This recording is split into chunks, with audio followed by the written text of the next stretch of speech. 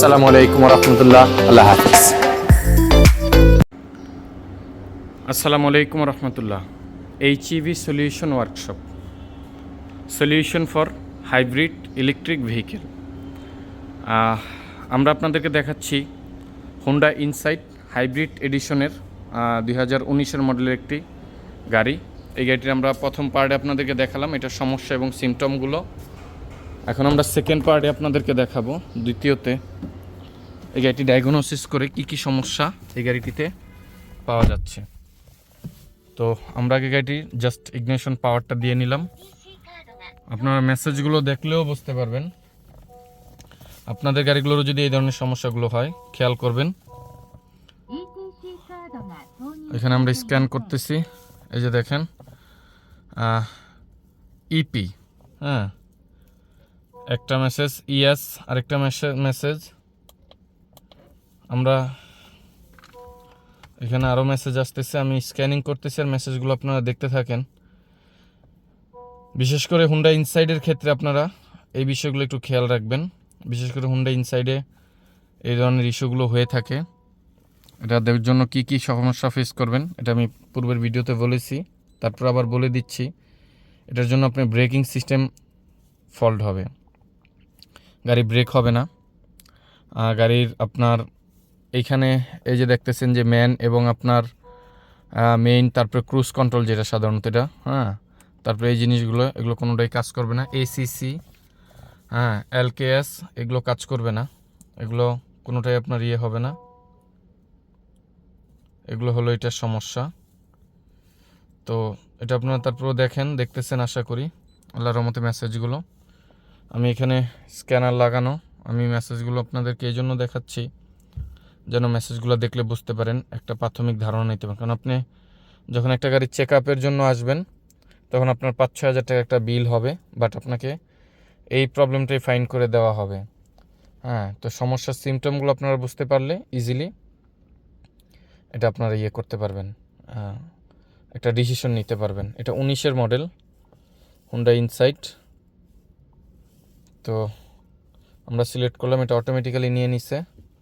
তো এখন আমাদের স্ক্যান হচ্ছে, এটা খুবই লম্বা সময় নেয়। হ্যাঁ, এই যে দেখেন পাশাপাশি আমি আপনাদেরকে দেখাই যে ব্রেকটা অনেক শক্ত, ব্রেকটা নর্মাল নাই, অ্যাবনর্মাল আছে।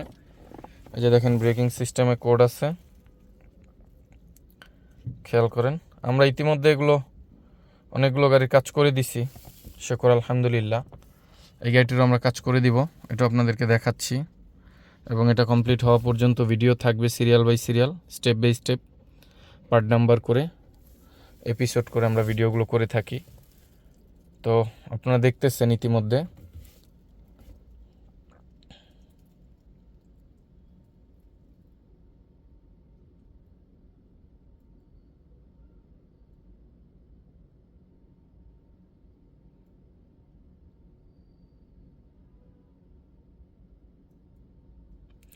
তো আমাদের প্রায় স্ক্যানিং শেষ, এই যে খেয়াল করেন। আমি একদম আপনাদেরকে একদম মানে ক্লিয়ারলি একদম দেখাচ্ছি এখানে। এটা যখন প্রবলেমটা হয়েছে, প্রবলেমটা হওয়ার পরে কোনো একজন লোক মানে স্ক্যানার, এটা একটা মানে ফোনের মতো, তো মানে চালাইতে পারলে আমাদের হয়, হ্যাঁ টিপলেই হয়। দেখেন কি করছে এর মাঝখানে, এটার ব্রেকের বুস্টার খারাপ। এই গাড়ির ওরা প্রোগ্রাম করতে গেছে ABS-এর, দেখেন অ্যান্টিলক ব্রেকিং সিস্টেমে sensor calibration is not completed. ঠিক আছে, এটা সেন্সর ক্যালিব্রেশন করতে গেছে। Steering angle natural position learning uncompleted. ঠিক আছে, তারপরে এখানে আবার আছে আপনার ESB ফেলিয়ারই মূলত প্রবলেম। আপনি এখানে খেয়াল করছেন অবশ্যই যে একটা মেসেজ আসছে, EP আরেকটা মেসেজ আসছে। আচ্ছা, তারপরে ইলেকট্রিক পাওয়ার স্টিয়ারিংয়ে যেটা আসছে সেটা হলো আপনার VS-এর কোডও আপনি এখানে অলরেডি VS-এ ইয়েটা আপনি এখানে দেখছেন আশা করি। হ্যাঁ, তো যে জিনিসটা হয়েছে, হ্যাঁ এখানে এই যে দেখেন IDS, এই যে এই যে আপনার IDS যেটা আর কি ড্রাইভার সাপোর্ট সিস্টেম। হ্যাঁ, এইখানে দেখেন খেয়াল করেন ক্যামেরা অ্যামিং আনকমপ্লিটেড, হ্যাঁ হ্যাভার রাডার অ্যামিং আনকমপ্লিটেড। যদিও আমি আসলে ইংলিশ একটু খুবই কম জানি, যাই হোক এটা হয়তো বা বলা অনেক কিছুতে ভুল ত্রুটি হয়ে থাকতে পারে, মাফ করে দিবেন। আপনি খেয়াল করেন এখন ওইখানকার কোডগুলো এখানে ঢুকে গেছে অলরেডি, ঠিক আছে? মানে এটা ওস্তাদি করতে গিয়ে ধরা খেয়ে ফেলছে। যাই হোক এটা এখন আমাদের কাছে আসছে, যেহেতু একটা সলিউশন এটাকে দিতে হবে, এটা হলো বড় ব্যাপার। আসলে আমার কোনো যোগ্যতা নাই, যা কিছু সব কিছু আল্লাহ সুবহানাহু ওয়া তাআলার ক্ষমতা।